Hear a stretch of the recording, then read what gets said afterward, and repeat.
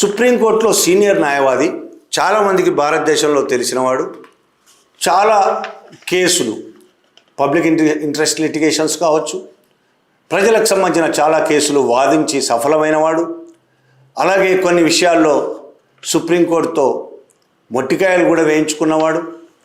అలాంటి ప్రశాంత్ భూషణ్ న్యాయవాది, సీనియర్ న్యాయవాది ప్రశాంత్ భూషణ్ కూడా కేజ్రీవాల్ నిర్ణయాన్ని సమర్థించాడు. ఆయన ట్వీట్ చేసి ఏమంటాడంటే, జస్టిస్ స్వర్ణకాంత శర్మ ఎదుట తనను నిర్దోషిగా ప్రకటించడాన్ని సవాల్ చేస్తూ సిబిఐ దాఖలు చేసిన అప్పీల్లో పాల్గొనకూడదని అరవింద్ కేజ్రీవాల్ తీసుకున్న నిర్ణయం సరైనది, సమర్థనీయమైనది.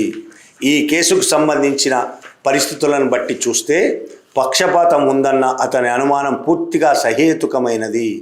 నిజానికి అతని ఆందోళనకు బలమైన ఆధారం ఉందని నేను అనుకుంటున్నాను. ఈయన సుప్రీంకోర్టు చాలా సీనియర్ న్యాయవాది. కేజ్రీవాల్ చెప్తున్న మాటలకు, ఆయన అనుమానాలకు ఆధారాలు ఉన్నాయని ఆయన చాలా స్పష్టంగా చెప్తున్నాడు. నిజమే, ఇవాళ భారతదేశంలో స్వర్ణకాంత శర్మ లాంటి వాళ్ళు చాలామంది జడ్జిలు ఉన్నారు. సుప్రీంకోర్టు దాకా, కింది కోర్టుల నుంచి సుప్రీంకోర్టు దాకా. ఒక వ్యక్తి సమావేశాలకు, ఒక సంస్థ సమావేశాలకు వెళ్ళడమే నేరమైతే కాదు, కానీ ఒక జడ్జి సమావేశాలకు వెళ్ళి ఏం మాట్లాడుతున్నారు, వాళ్ళు ఇచ్చే తీర్పుల మీద వాటి ప్రభావం ఏ విధంగా ఉంటుంది అనేది చాలా ముఖ్యమైనది. వాళ్ళ పిల్లలు ఆ భావజాలానికి సంబంధించిన అధికారంలో ఉన్న వాళ్ళతో ఎలా ఉన్నారు, వాళ్ళ సంస్థల్లో పనిచేస్తున్న వాళ్ళ వల్ల లాభం పొందుతున్నారా, ఇతర రకాల లాభాలు పొందుతున్నారా అనేది కూడా చాలా ముఖ్యమైనది.